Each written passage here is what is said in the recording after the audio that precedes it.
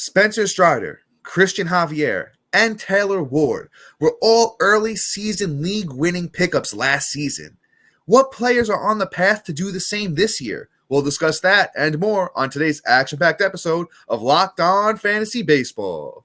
You are Locked On Fantasy Baseball, your daily fantasy baseball podcast. Part of the Locked On Podcast Network, your team every day.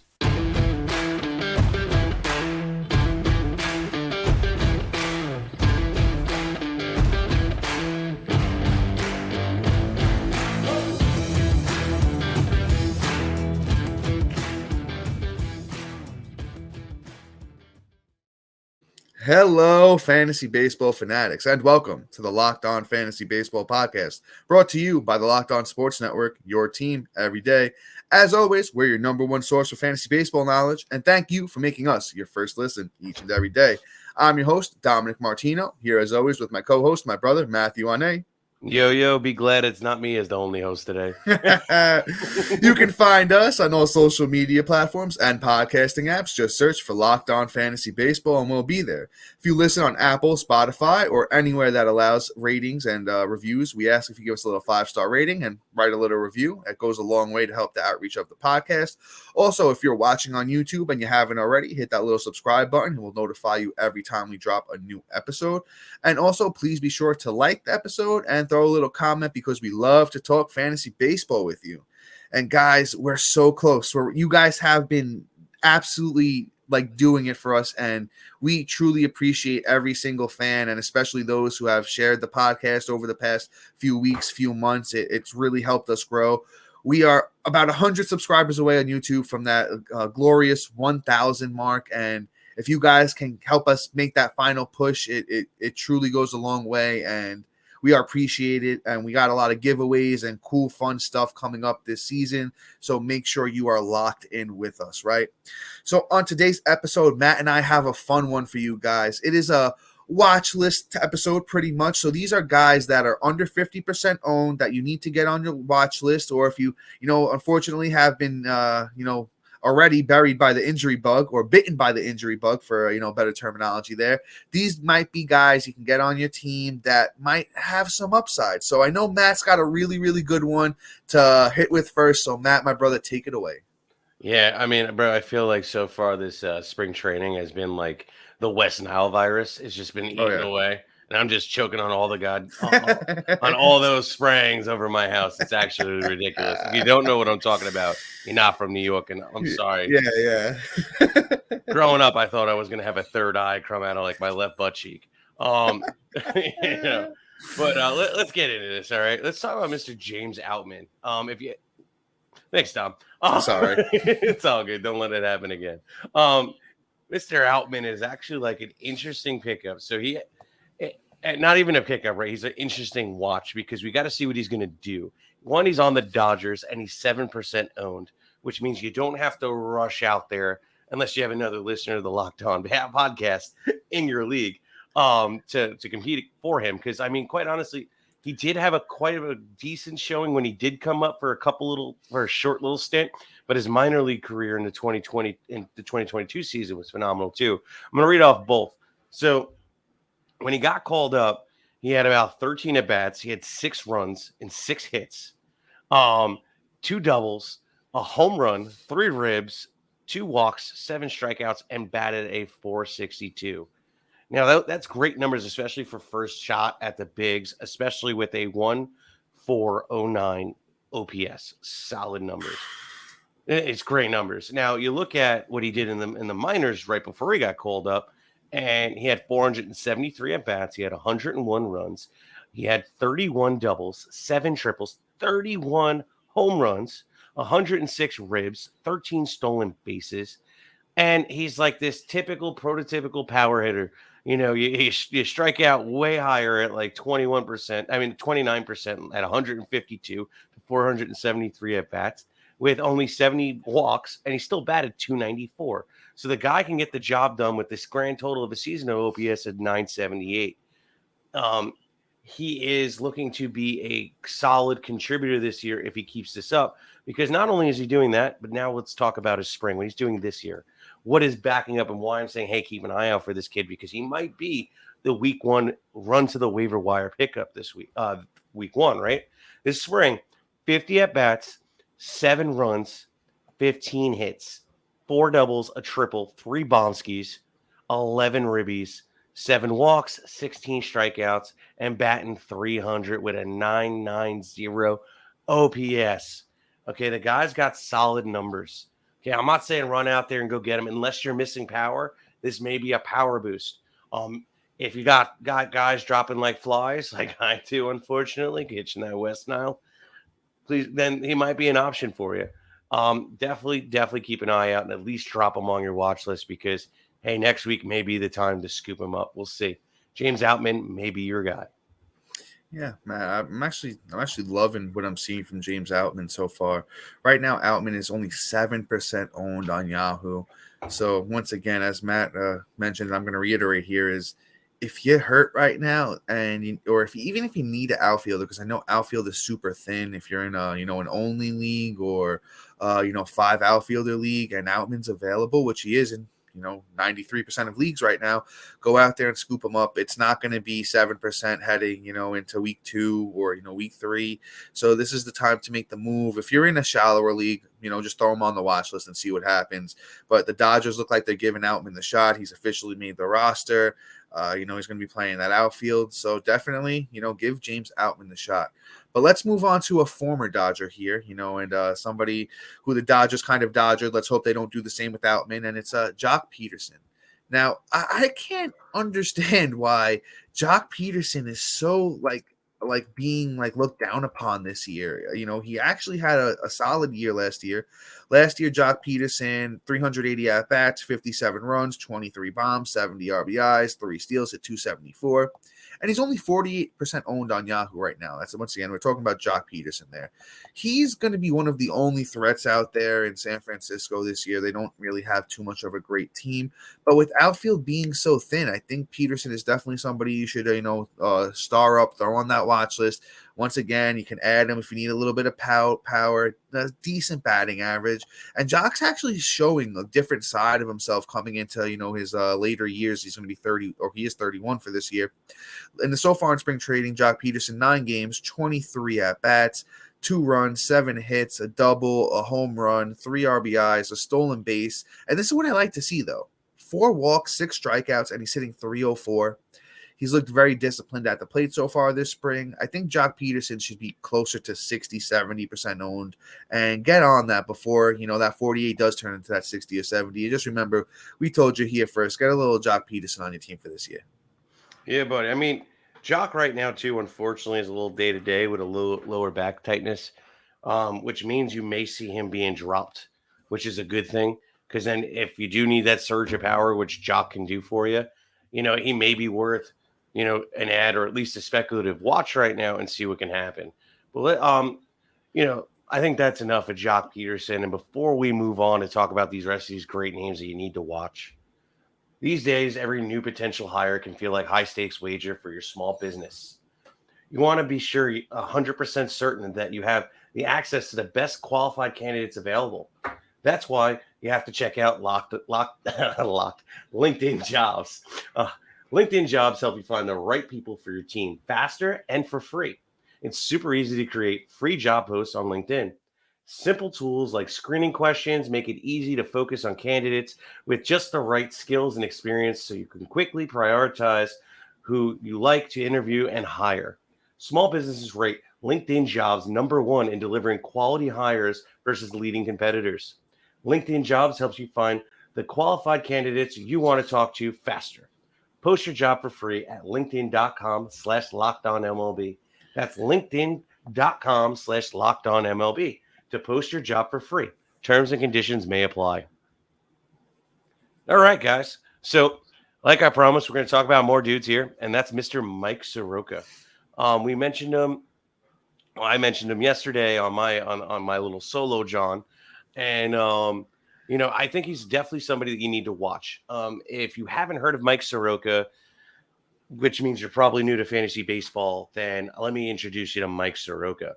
Soroka was my darling a few years ago. I think that he can really be a nice boost to your pitching rotation once he makes his way back.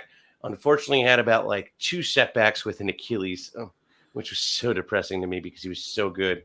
Um, and I just think that he's finally working his way back. And the 1 year he actually had in the bigs was just so good. And let me read it off for you. Um, and this was in 2019. 2019, he had 174 innings pitched. He had 142 strikeouts. He had an ERA of 2.68 and a WHIP of a 1.111. Okay.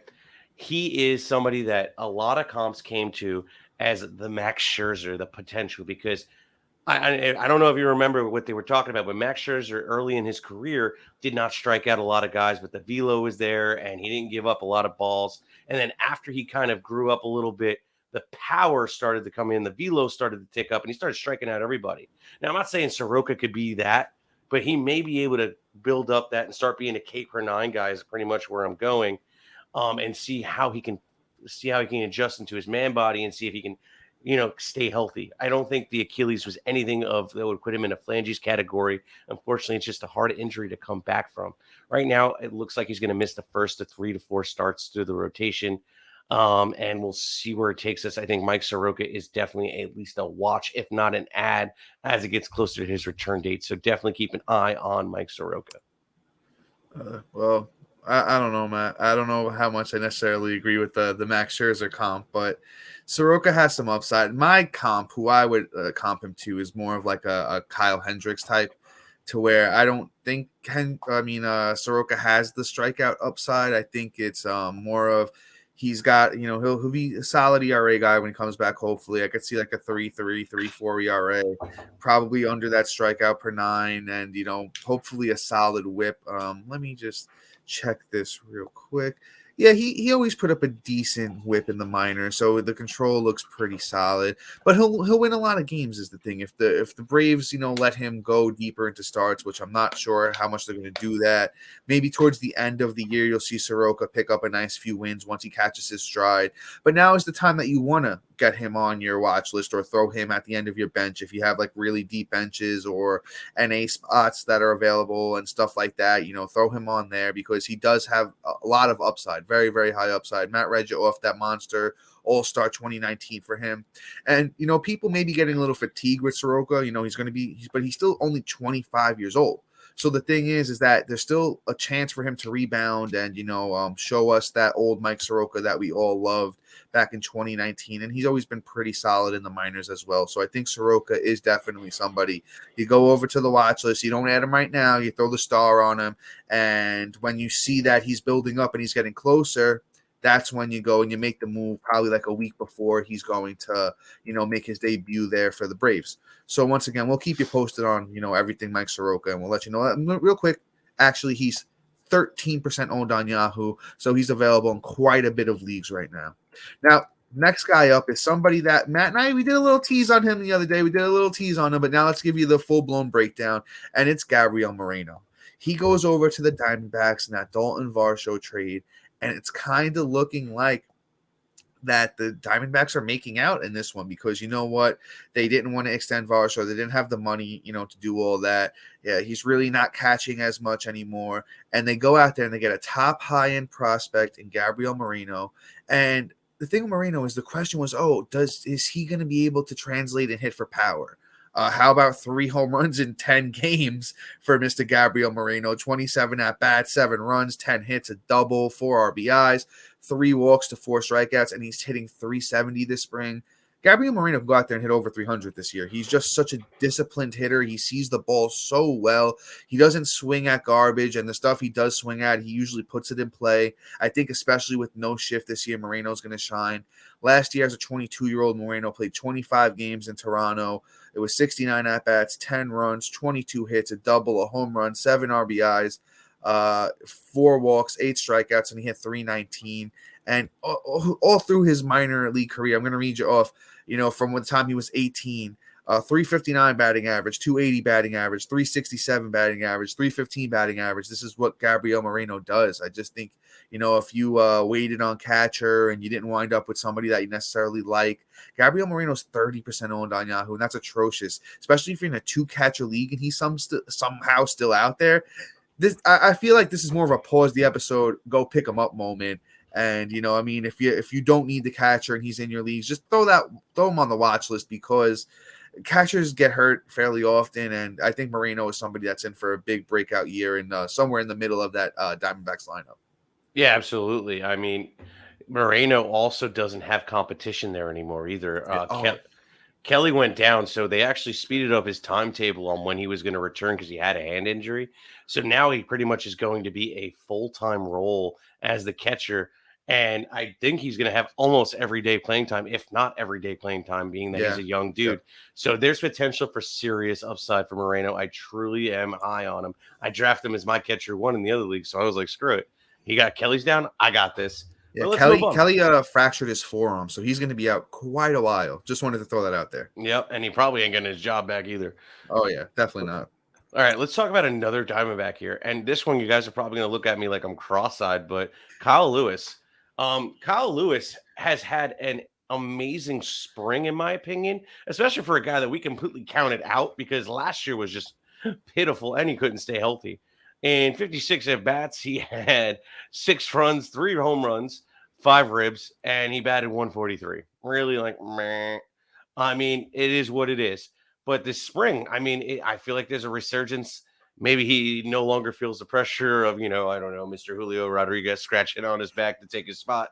I don't know what it is, but looking like he's ready to fight for a spot here, and he made the opening day roster. In 28 at-bats, he has 6 runs, 12 hits, 3 doubles, 3 home runs, 11 RBIs, 5 walks to 8 strikeouts, and batting .429 with an OPS of 1.387. Okay? I'm not saying this is going to be his future turnout or his personal stats, but maybe we get to see what we've all been waiting for from a high-end prospect that really pretty much just flopped, has shown little moments of brilliance in the spurts that he was either healthy or, had a couple moments of genius, but then ultimately just went cold. So I think that Lewis can possibly turn it around here and say, hey, I'm ready to rock. I'm super excited to see what he's going to do on this Diamondback team. There's going to be a lot of opportunity. So just keep an eye on him. He's 2% owned. And if you even see him starting to get the playing time, and you even sniff that people are going to start sniffing around on him, just scoop him up. That's it. Kyle Lewis. Yeah, Matt, I actually really like this one. The only thing is I'm just having a tough time seeing where Kyle Lewis is going to get that playing time right away. Unless they want to platoon him with, McCarthy or Alec Thomas, which I don't know if they necessarily want to do that. Doesn't mean they shouldn't. I think they should because, DH, Matt, you read off those. Yeah, well, that's the thing. They have Lourdes Gurriel Jr. at DH, and they just traded for him, so I don't know what they want to do there. It's a very confusing outlook here for the Diamondbacks. I think they're really going to try and go young here at the beginning and see how that plays out for them. But, Kyle Lewis himself is still only going to be, 27 years old. He's kind of right in the prime of his career. Former, rookie of the year in 2020, had a very solid season that year. Matt, you read off those spring training numbers, right? Those ridiculous spring training numbers. Just want to reiterate that 5 walks to 8 strikeouts. So Kyle Lewis is showing that plate discipline here. So once again, I'm not going to say too much here, but like my brother Matt said, you throw him on that watch list right now. You see what the Diamondbacks are doing. If Jake McCarthy or Alec Thomas get off to a really bad start here, at the beginning of the year, they'll definitely take Kyle Lewis and they will throw him, out there and give him that shot. And he just has a lot of upside. Kyle Lewis is definitely something that has a lot of upside. Matt said he's barely owned. Go out there and throw him on that watch list. And as soon as he gets that, a little ready to go, you definitely go out there and you grab him. But guys, you got to get ready for baseball season because it's right here. It's literally this week. And you need to get ready for baseball with Locked On MLB's ultimate 6-episode season preview. Our local and national experts give in-depth analysis of every team and division in a way that only Locked On can provide. Find all 6 episodes on Locked On MLB's YouTube channel or wherever you get your podcasts. But guys, come on. If you're like me and you got a full-time job, and you like to hit the gym sometimes, or you're just you don't do either of those, and you just need a nice snack that tastes great but isn't high on calories, then you gotta try Built Bar. I'm not sure how Built Bar does it, but these bars taste delicious while maintaining amazing macros, and what's even better is that they're healthy for you. Built Bars only have 130 calories, 4 grams of sugar, with a whopping 17 grams of protein, guys. It's a good amount of protein. And as I tell you every week, even if you're not trying to get in the gym and, put on some muscle, you just need protein in your diet as general, as I always tell my girlfriend, because she does not, get enough protein in her diet, which she needs to start doing. So they also come in unbelievable flavors like cookies and cream, double chocolate, or coconut puffs. I love me the churro flavor as well. So, go try that churro flavor. And guess what, guys? We've been talking for years about how you can only get your Built Bars at Built.com. Now you can go down to your local Walmart or Sam's Club and pick up a few boxes there. So go and get you some Built Bars, folks. But with that being said, let's continue this great episode, of just pointing you guys in the directions of some guys that can possibly help your fantasy teams right now that are under 50% owned on Yahoo. And let's talk about Trevor Rogers. Oh, man, I love me some Trevor Rogers. I think everyone's forgetting, a few years ago, him and Alec Manoah were, hand in hand for the best young rookie pitchers back in, I believe it was 2021. Trevor Rogers was an all-star that year. Let's talk about how dominant he was. As a 23-year-old in 2021, Trevor Rogers had 7 wins, 8 losses, 2.64 ERA across 25 starts, 133 innings, 157 strikeouts, and a 1.15 whip. Now, the thing is he was a little bit banged up last year. He only pitched 107 innings. I know the ERA was horrible. I know the strikeouts, were under that K/9 by 1, and that whip was just atrocious. But down the stretch at the end of the year, Trevor Rogers was starting to put a run of good starts together. And then guess what? He gets banged up again, and he didn't really get to finish out the season the way that we wanted him to. But I think he still has that upside of, a few years ago when, he was dominating the world. And I know in spring training, it's only 5 starts. He's got a 5 ERA, but guess what? 18 innings pitched. He's got 17 strikeouts, and he's got a 1 whip. So it's showing that the control is there. I think he just gave up a couple little hits there. If he gets those back to strikeouts, which I think he can do because the stuff is, almost elite with Trevor Rogers, he can bounce back, and he can definitely help your fantasy teams this year. He was somebody I was taking at all of the ends of my draft as one of my last pitchers where, you could have got him as, and guess what? You can still go out there and pick him up because he's 29% owned on Yahoo. Guys, I'm going to be honest with you.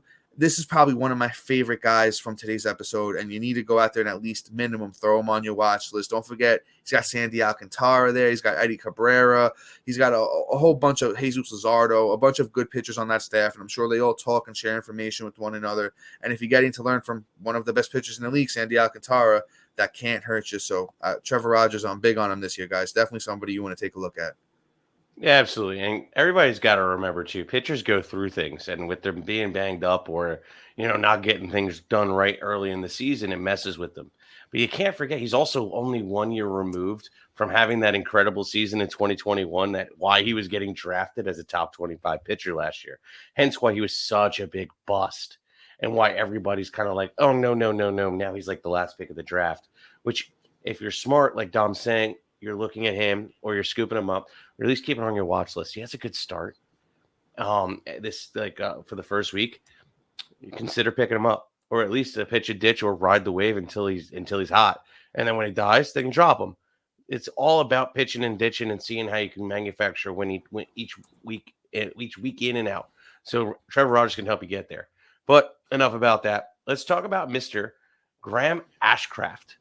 An interesting pitcher. He kind of came out last year and did not have such a hot start. In 105 innings last year, he only had 71 strikeouts, .489 ERA, and a WHIP of 141.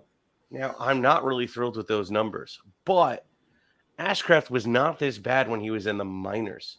When he was in the minors in 2022, before he got the call up in 38 innings, he had a 2.58 ERA and with 41 strikeouts. In 2021, he had 111 innings pitched with 129 strikeouts with an ERA of 3. The guy has talent and has a K per 9 upside. And 1 year in the bigs is tough to adjust. And it looks like he's coming out and trying to redeem himself because spring this year, he's looking great in 17 innings pitched. He has 25 strikeouts. That's amazing numbers right there.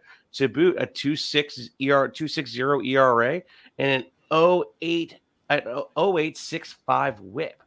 I mean, what more can you ask for? The guy is barely owned too. Let me pull that up right quick. 25%. Right, 25% owned. I'm not saying pick him up. I mean, if you're hurting for a pitcher because you lost Severino or Wright this week, he may be the guy you want to pick outside of like Dobb and Schuster. He may be that third guy that I may say go ahead and scoop up and see what happens. If he flops, he flops. It's only week 1. But if he turns out to be the spring training is just indicative of what he can do for the whole season, you don't also want to miss out on it. Usually week 1, week 2 is when a pitcher comes out of nowhere, or a pitcher that we were down on the year before showed up in spring training, we kind of overlooked, and then boom, he's the number 1 pickup, and then he's your Strider or whatnot, and then damn, I'm mad I missed out on him. I'm not saying Ashcraft is that guy, but he has the potential to at least be somewhat of a fantasy contributor this year. So definitely don't overlook him and keep him on that watch list at minimum, and that's Graham Ashcraft. Yeah, Matt, this is actually somebody that's very, very great to talk about because Graham Ashcraft showed signs last year. I know he had a few 10 strikeout games, big strikeout games, and he looked good in small doses. Now, Graham Ashcraft is still, going to be 25 years old this year, so he's right, approaching the prime of his career. And guess what? Matt and I have talked about this plenty of times in this podcast, and I'm sure you've heard it elsewhere as well. When in spring training, the things that you really want to look for is somebody doing something new, right? And guess what? Graham Ashcraft, he's using a new version of his slider that, he's adjusted the grip on, and it's getting more strikeouts. And his velocity is also up. He's hit 100 miles an hour quite a few times this spring training, and those spring training numbers look very impressive that Matt read off to you. And as Matt said as well, those minor league, numbers are fairly impressive as well. So let's see if he can get the control, going a little bit better, because that's something he's always struggled with, as far as the whip department goes, which he's corrected a little bit this spring training. And just be weary of pitching him at home all the time. If he's playing a good team at home, you might want to lay off because, as they call it, the Great American Small Park out there in Cincinnati is very, very tough to pitch in. And I don't know if I necessarily, like the outlook of anybody pitching there. So it's just something you want to, keep on note. But Graham Ashcraft has a lot of upside. Could be a big strikeout guy.